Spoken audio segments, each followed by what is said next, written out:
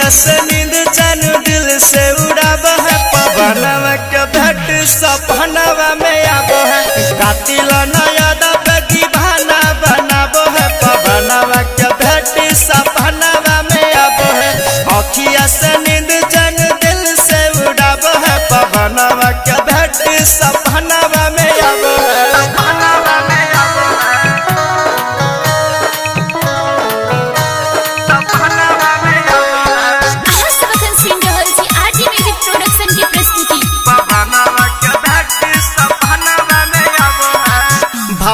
खाती है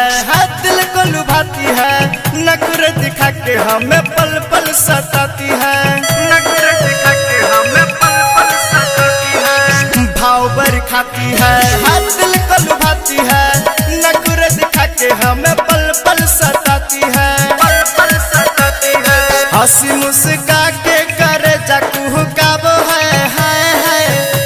करे जाकू काबो है हंसी मुस्का के करे जाकू काबो है पवनवा के भेंट सपनवा में आबो है अखिया से नींद चैन दिल से उड़ाबो है पवनवा के भेंट सपनवा में आबो है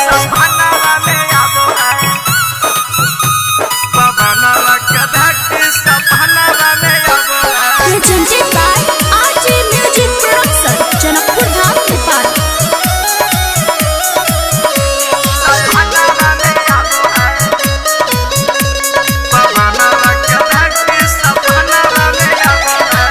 चलती है चाल जैसी चलती हिरनिया नक के नथुनिया भुला दिया दुनिया नक के नथुनिया भुला दिया दुनिया चलती है चाल जैसे चलती हिरनिया नक के नथुनिया भुला दिए दुनिया अर्ज रोशन रखसिया के तर पाबो है अर्ज रोशन मनुष्य के तर पाबो है पवनवा के भेंट सपनवा में आबो है अखिया से नींद चैन दिल से उड़ाबो है पवनवा के भेंट सपनवा में आबो है। presented by RJ Music Production, Janakpur Dham Nepal. Mobile number 9812196781।